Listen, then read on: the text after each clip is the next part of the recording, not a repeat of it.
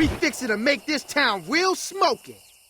Welcome back to the channel, everyone. Today we have a lot to talk about. I have 8 or 9 polls, all of which was collected from the Tekken subreddit over the past month. In one way or another, these polls either have to do with Tekken 8 Season 5 or just characters that will have an impact or return in Tekken 8. But before we get super deep into that discussion, I went to Steam just to see the player count, just to see the numbers on Tekken 7 right now, and at the time of recording there's 5,834 people playing. The last time I looked at it, I believe the number was about 4,000, so it's still increasing. The 24-hour peak is 7,535. That's a whole lot of people playing a 7-year-old game.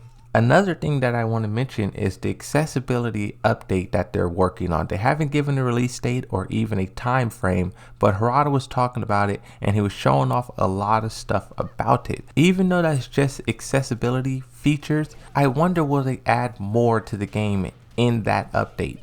Are they working on some additional content to go along with that? So I just want to mention those few things at the start of the video because you do have proof, evidence that they're still working on Tekken 7, and then also there's people still playing Tekken 7. So you have both. You have the drive, you have the community, you have the hunger, but you also have the developers working and researching. Getting into these polls now. This first one says, should Yoshimitsu be removed in Tekken 8? Just spoke to some guy who said Yoshimitsu needs to be removed because Kunimitsu made him unoriginal. What are your thoughts? Should he be removed? 918 votes, 67 votes says yes.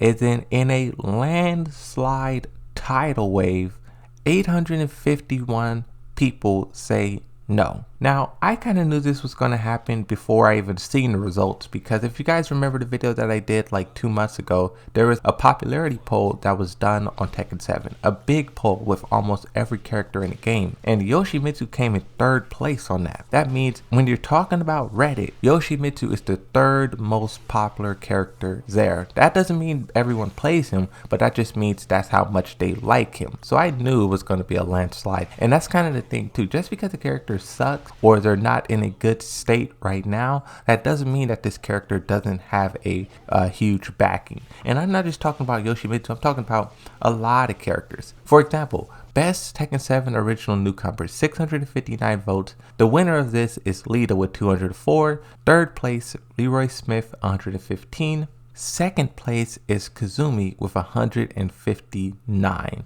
The Tekken subreddit loves this character and they consider her one of the best original newcomers in Tekken 7. That is a big statement. Lita, on the other hand, takes it 1st place. I really give a lot of the credit to main man Sui. He kind of willed this character into existence. I remember watching him talk about wanting a strong female character, karate, aggressive, not squeamish like so many of the other female characters in the game.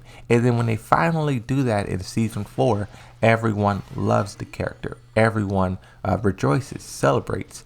And what's going to be make it or break it for me when it comes to Lita is what she does in Tekken 8. Her being the prime minister, her going after Heihachi, but Heihachi's now dead. What is she going to do now?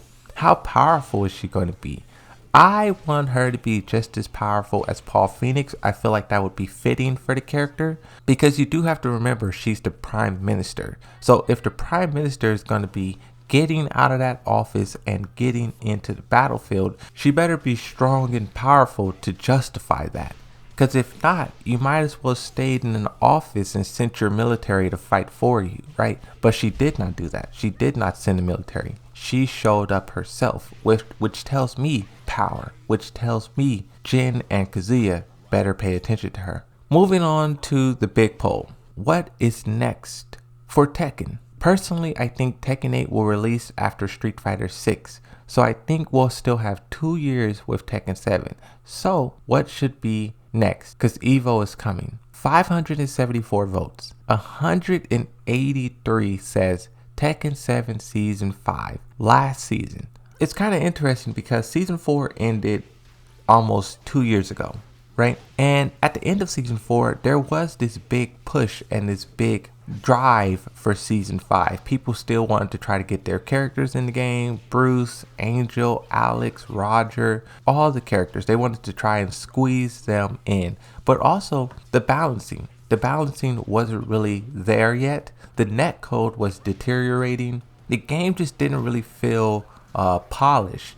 And then on top of all that, you had Street Fighter come out and say they're going to do a final balance. I think they call it the definitive update or something like that. The whole Tekken community was looking at Street Fighter like, we want that. And a year and a half later, still nothing has been done with Tekken 7. So at this point, I don't really see it being realistic that we get a season 5, especially when you start talking about characters and stages. I think that's completely out of the realm of possibilities. But what I can see them doing is at least adding some new items, maybe not even that, but definitely trying to touch the netcode, trying to touch the cheaters, the ban evasion, the pluggers. I don't know if that's too far-fetched, but the accessibility update that they're working on gives me hope. Seeing how they're trying to do all this stuff for people with disabilities, it shows that they still care about the game at least somewhat, because that update's going to be free, right? There's no way you can charge for accessibility features. So you have to wonder, what other free items can we get? 486 votes says Tekken 8. Now the community has kind of come to an agreement that Tekken 8 will come out in 2024. That hasn't been said, that hasn't been confirmed, but that's just what the community believes. Looking at the top comment on this, I prefer no more seasons. Tekken 7 has enough content already. So many new characters. I want them to save all the new ideas for Tekken 8. The most controversial comment on here, and the person's name is deleted. So I don't know if this person got banned for saying this or what. Tekken Tag Tournament 3. If this person got banned for commenting that is the funniest thing I ever seen. But even though we all laugh at the Tekken Tag Tournament 3 community, I like Tekken Tag Tournament 3. I was kind of thinking about it the other day. Tekken Tag Tournament 2, where's the comment? There's the comment. I want to read. Okay, so the comment is in the next poll. Let's get to this next poll, and then the comment will read it. Imagine Tekken 8 being announced for 2024. Or later, but Namco is willing to give you a distraction. Would you rather have 757 votes? 132 says Tekken 6 HD with rollback. 264 Tekken Tag Tournament 2 HD with rollback. Let me stop there and say, first off, Tekken Tag Tournament 2, that internet is perfect already. I go on Tekken Tag Tournament 2 every once in a while, and I don't experience lag, I don't experience cheaters, I don't experience none of that.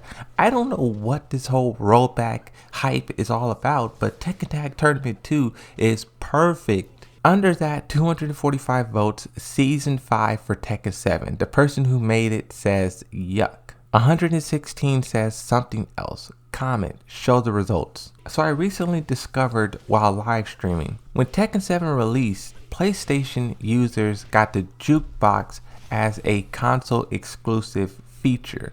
But to sort of equal it out or sort of compensate for that, Xbox players was given Tekken 6 for free. So I don't see them, after all these years, giving everyone Tekken 6 again. In my mind, what I see the community doing, if they go back to Tekken 6 with HD and rollback, or Tekken Tag Tournament 2 with HD and rollback, I see the community going to play those games and then crying and getting upset about the balancing, and then they're going to have the developers trying to nerf and buff characters in Tekken 6 or Tekken Tag Tournament 2, because that was the biggest complaint about Tekken Tag Tournament 2, the balancing. Top controversial comments: Tag 2 sucked. Tekken 6 is just inferior to 7. So yeah, Season 5, let's go then, I suppose. Now, under here is the comment that I was talking about. How come Tag 2 sucked for you? It had the biggest roster and the option for tag mode. I don't remember being pissed off with Tekken Tag Tournament 2 for any reason. This comment makes kind of a good point, and I get all of us will have different opinions about this, but When I played Tekken Tag Tournament 2, I don't really remember myself being upset at the game for really any reason. What I really like about the tag games, and it kind of took me a while to understand, is that the tag games encourages you to play more characters. In Tekken 7, I only played Yoshimitsu. In Tekken Tag Tournament 2, I played Yoshimitsu and Dragunov, Yoshimitsu Brian, Yoshimitsu King, Bob, Lars, Angel. I used to play so many other characters as a secondary because they gave you the opportunity to play too. That's something that I really appreciate the Tag 2 for,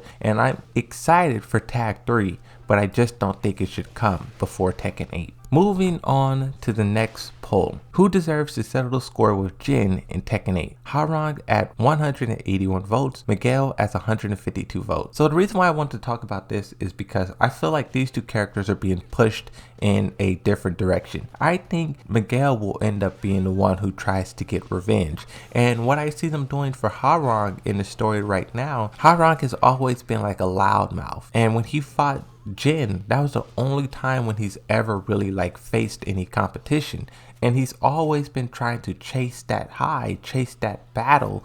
But now in Tekken 7, when he take that grenade for Jin, he's learning to become more like selfless. He's thinking about the bigger picture. In Tekken 8, I could really see Harada getting over the grudge, getting over the rivalry, and really try to become like a hero, save people, save the world, save Jin, help Jin. Maybe at the end of it all, they will become rivals once again. Maybe they will always have that little bit of a beef between them. But I really see them pushing Harada in a different direction. And Miguel, on the other hand, is pretty much straightforward. Miguel, he just wants revenge. There's nothing you can do to stop that. How do you like for Heihachi to appear in Tekken 8? 139 says as a part of the roster, 95 says as DLC, 71 says he won't appear in Tekken 8 at all. I think what's most realistic is for them to put him in as DLC, but also I could see them going the route of having this character show up in a flashback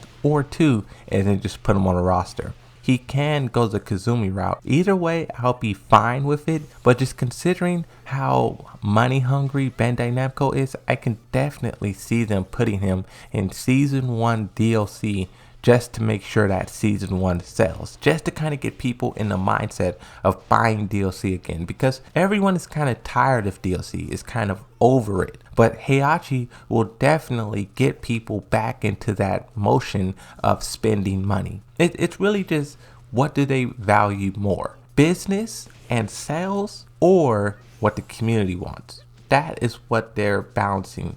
The next poll, how do you think the characters will look like in the next Tekken game?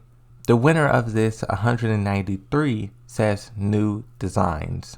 When it comes to Tekken 8, one thing that I'm really excited to see is what the character outfits look like, what the characters' designs look like. If you have characters like Leroy Smith, Kunimitsu, Lita, even though people don't like the way Falkenraum look, just the visuals of that character, how detailed his face is, his scars are. I can't wait to see Yoshimitsu, Brian Fury in that type of environment. I'll read this last comment and then the video will end. A mix of new and old. Tekken has always been good about giving characters a new / original design as well as their classic look, with one or two stylistic additions. Example, flame design on Kazuya's pants and removing the fingers from his gloves. I do think all of these topics is important in one way or another, and I did just want to try and talk about them all in one video. I'm really not expecting a season 5. I do expect some sort of final update, maybe not a balanced update, but something to address the way that the game isn't working, isn't running right. But other than that, we'll just have to coast into Tekken 8. I've been playing a lot of other games. I've also been playing a lot of Tekken 7. If you get tired of the game, just switch to something else, you know? Just take a break and then come back when you're ready. But that's going to be it for this one. Thanks for watching. Hopefully you enjoyed it, and I'll see you next time. Bye bye.